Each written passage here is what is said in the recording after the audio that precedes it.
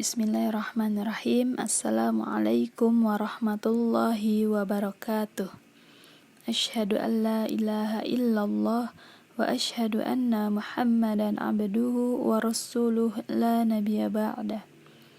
Anak-anak ustazah yang ada di rumah, apa kabarnya semua? Semoga Ananda semua dalam keadaan sehat walafiat dan diberkahi oleh Allah Subhanahu wa taala. Pada kesempatan kali ini Ustazah akan memperkenalkan diri dulu. Nama Ustazah Siska Purnamasari, biasa dipanggil Ustazah Siska, yang insya Allah pada tahun ini Ustazah akan mengampu mata pelajaran IPA di kelas 8. Semoga Ananda semua bisa mengikuti pembelajaran ini dengan baik dan sungguh-sungguh. Baik, sebelum kita memulai pelajaran, mari kita awali dengan membaca basmalah. Bismillahirrahmanirrahim. Untuk materi IPA di kelas 8 ini diawali oleh materi mengenai sistem gerak pada manusia. Ya, anak-anak jangan lupa berdoa supaya ilmu yang diterima menjadi ilmu-ilmu yang berkah.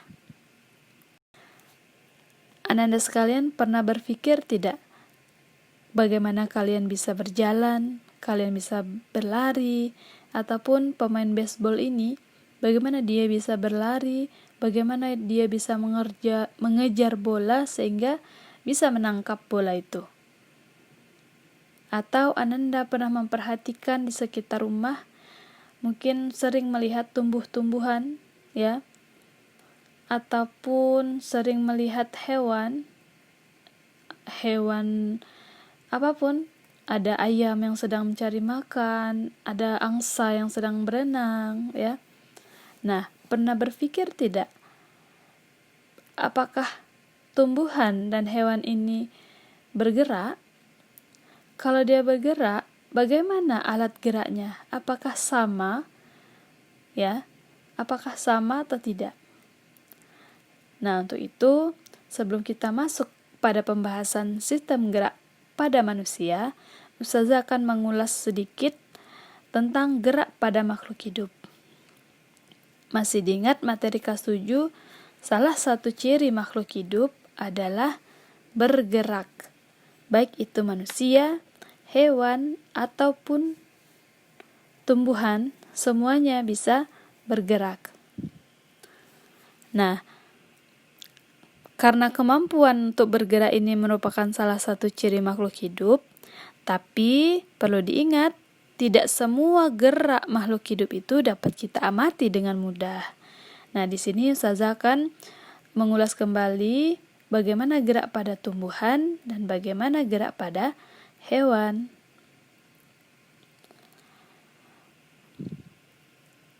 Kita ketahui bahwa gerak hewan itu dia terlihat nyata. Karena apa? Karena dia memiliki alat gerak dan dapat berpindah tempat. Ya, jadi di sini dikatakan geraknya aktif. Mudah dilihat karena berpindah tempat. Nah, gerak pada hewan ini terjadi pada seluruh bagian tubuhnya. Bagaimana dengan gerak pada tumbuhan? Ini adalah kebalikan dari gerak pada hewan. Kalau hewan geraknya aktif, sedangkan tumbuhan itu geraknya pasif. Dan sulit untuk kita lihat. Kenapa? Karena gerak pada tumbuhan itu pada umumnya merupakan proses yang berlangsung lama, sehingga tidak langsung terlihat oleh kita. Nah, pada gerak pada tumbuhan juga hanya terjadi pada sebagian tubuh tumbuhan saja, tidak seluruh bagian tubuhnya. Itu ya perbedaan gerak pada tumbuhan dan gerak pada hewan. Mudah-mudahan bisa dipahami ya. Nah, sekarang Ustazah mengulas gerak pada tumbuhan. Kita tahu tadi bahwa gerak pada tumbuhan itu tidak mudah diamati ya. Nah, gerak tumbuhan ini tidak menimbulkan perpindahan tempat. yang seperti Ustazah sebutkan tadi, hanya terjadi pada sebagian tubuh tumbuhan saja, misalnya pada akar saja, atau daun, ataupun bunga. Nah, prinsip gerak pada tumbuhan ini, yaitu tumbuhan bisa bergerak karena ada kaitannya dalam proses pertumbuhan dan perkembangan.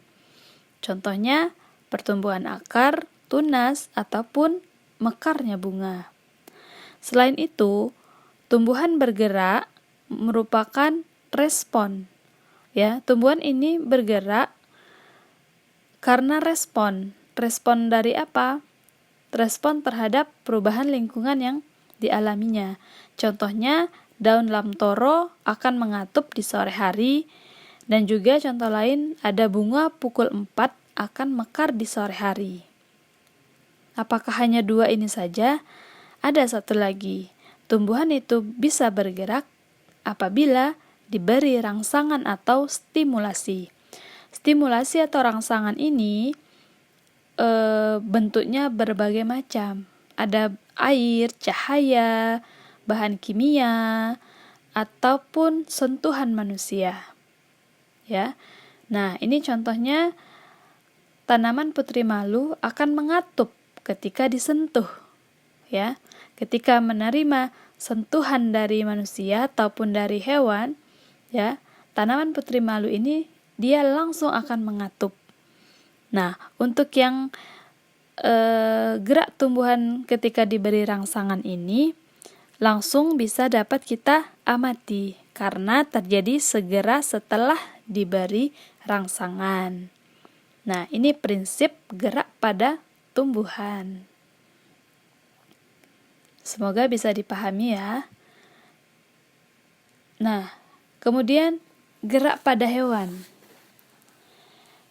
Gerak hewan itu mudah terlihat karena apa?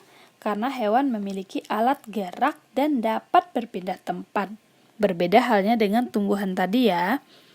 Nah, pada dasarnya alat gerak hewan sama dengan alat gerak manusia, yaitu terdiri dari tulang atau rangka dan juga otot. Di sini Ustazah akan menjelaskan kembali mengenai rangka-rangka pada hewan. Nah, ternyata hewan itu ada yang memiliki rangka luar atau disebut dengan eksoskeleton. Hewan apa saja yang memiliki rangka luar atau eksoskeleton ini? Yaitu hewan-hewan avertebrata, yaitu hewan-hewan yang tidak memiliki tulang belakang. Nah, untuk apa rangka luar ini? Fungsinya yaitu untuk melindungi tubuh hewan tersebut dan juga tempat menempelnya otot-otot.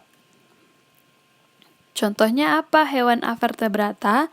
Contohnya adalah udang, siput, ada cumi-cumi, ada bintang laut, dan banyak lagi. Ya, silakan dibuka referensi lain mengenai hewan avertebrata. Nah, selain rangka luar, hewan juga memiliki rangka dalam atau disebut dengan endoskeleton. Hewan apa saja yang memiliki rangka dalam? Yaitu hewan-hewan vertebrata. Kebalikan dari eksoskeleton tadi ya. Hewan vertebrata itu adalah hewan yang memiliki tulang belakang. Hewan apa saja yang termasuk vertebrata? Ini Ustazah kasih singkatannya param. P itu adalah Pisces. Pisces itu hewan yang tergolong ikan-ikanan. Ya. A. Amfibi. Amfibi ini adalah hewan yang hidup di dua alam, bisa di air dan bisa di darat. R adalah reptil. Reptil ini hewan melata, contohnya ular, seperti itu. Kemudian A-nya Aves. Aves ini golongan unggas yang memiliki sayap. Dan terakhir adalah mamalia. Mamalia ini hewan yang memiliki kelenjar susu sehingga dia bisa menyusui anaknya. Apa fungsi rangka dalam di sini? Fungsinya adalah untuk melindungi tubuh. Kemudian tempat menempel otot serta penyokong tubuh. Nah, ini ya perbedaan hewan-hewan yang memiliki rangka luar dan yang memiliki rangka dalam.